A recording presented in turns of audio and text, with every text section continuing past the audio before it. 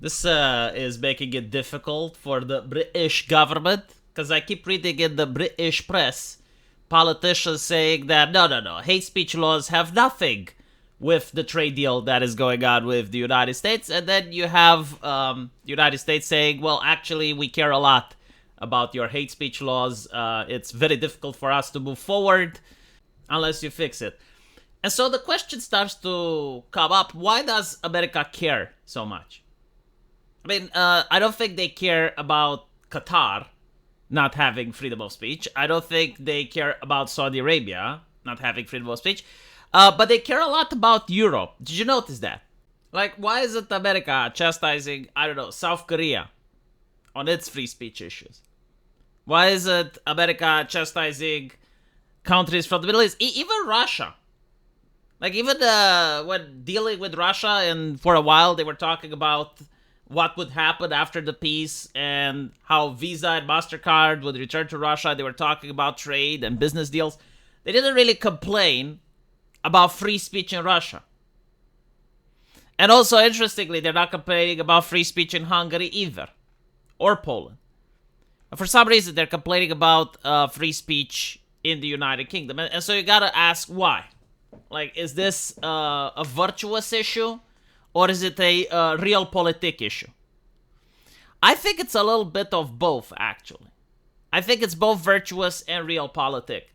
When looking at the MAGA movement, you'd notice that Donald Trump gets its legitimacy in a very different way than Keir Starmer does, in a very different way than Macron does, and also in a very different way than the German CDU does, or the SPD.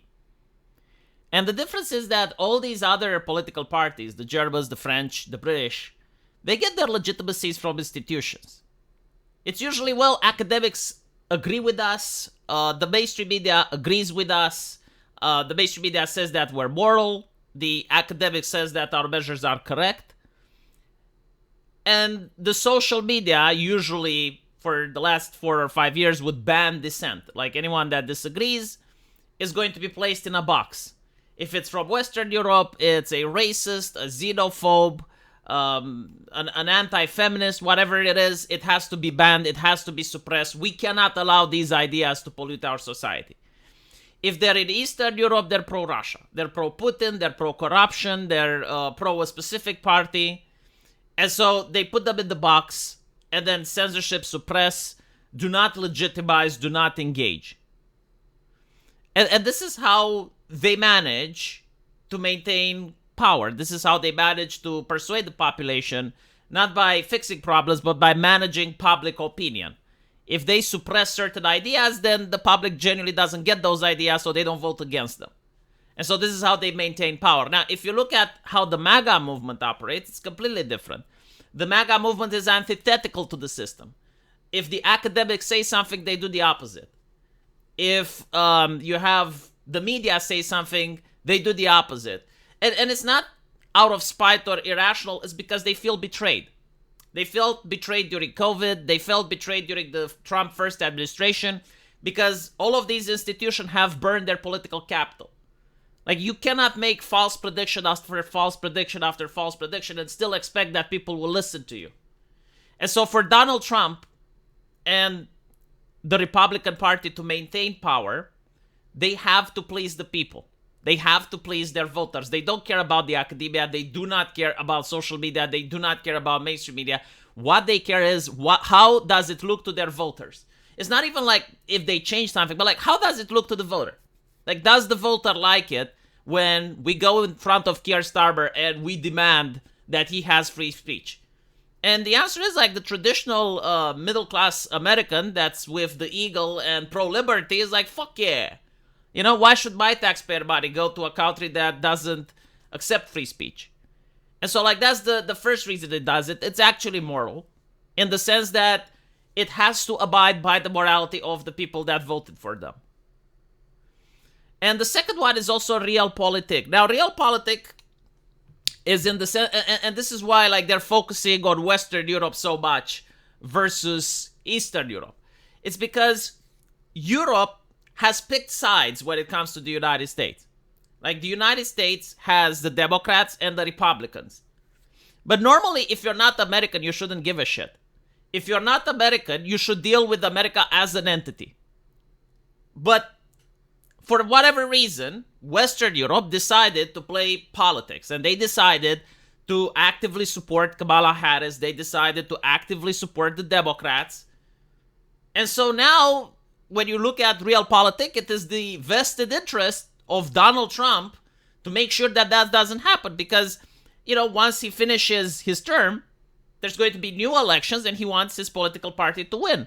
And so he has no interest in having people from Britain, for instance, supporting the Democrats.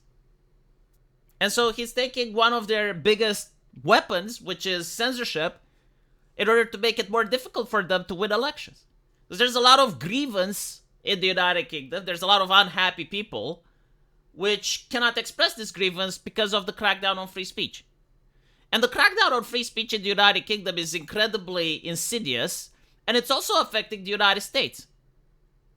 Like, for instance, there are actual laws in the United Kingdom where you can get in trouble with the law for violating. So, for instance, Count Dankula, for teaching his dog to do a Nazi salute, which is obviously a joke, he was found guilty. Like, he was convicted for violating one of their hate speech laws, and he had to pay a fine for that. But before paying the fine, he was dragged in court, he was humiliated in public, made it very difficult for him to find any job. And that's one of the ways that the British government punishes its citizens, through the court system. But the other way, which is more insidious, we noticed that a lot of websites recently, like BitChute, Gab, and many others, have came out and said, oh, we got a request from the British government to remove content that they don't like. Content that they consider not to be illegal, but it's offensive. And so we're in a situation where you can have an American and an Italian talking on social media, and the British government sees it, doesn't like it, and requires a ban. So it affects people from other nations. Like, Britain has become such a censorious cesspit that even if you're not living within Britain, you're still affected by their regulations. And so, yeah, I think this is why America has a point, because other nations, for instance, Saudi Arabia, even Iran, think of any nation you want, even Russia, like, they have censorship, but at least they're keeping it within their borders.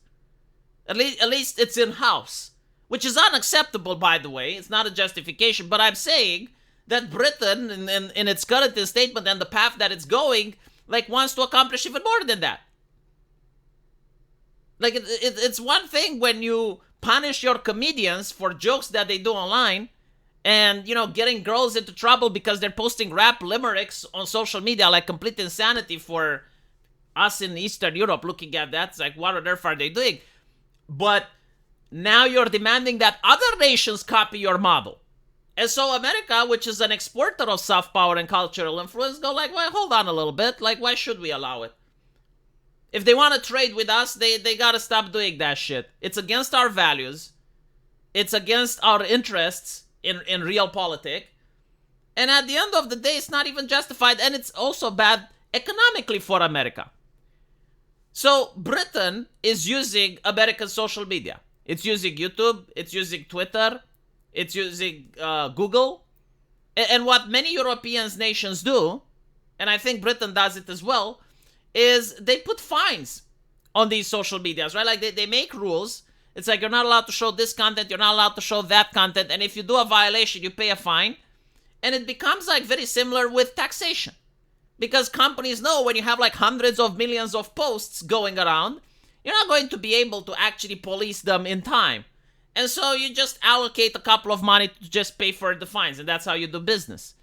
And I'm starting to think that, at least in Europe, this is starting to become intentional. Like, this is generally starting to become part of the pattern, where you're pretty much saying, okay, well, we can just tax them by making it very difficult for them to operate, and whenever we catch them, we fine them.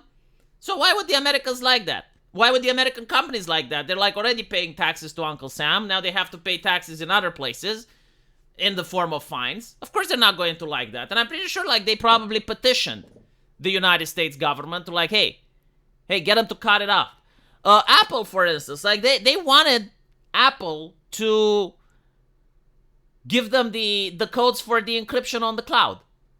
I mean, imagine the madness of that, right? Like if the British government could see what someone from outside of Britain is posting on the cloud on Apple. Like that would be a major security risk. Like Apple as the company would lose face. You would have government officials require, the same way in some countries you have like government officials not being allowed to have TikTok on their phones. Well, you'd have the same. It's like, oh, you got an Apple phone, well, you got to leave it outside. And so, yeah, it seems that the United Kingdom does not value free speech, except in public statements, but de facto, I don't see it doing it. And if the Americans don't try to put a stop to it, I don't know where the rabbit hole goes. I mean, I don't know how deep they want to dig with this. Anyway, right, let me know what you guys think. And as usual, I will see you in the comment section. Take care.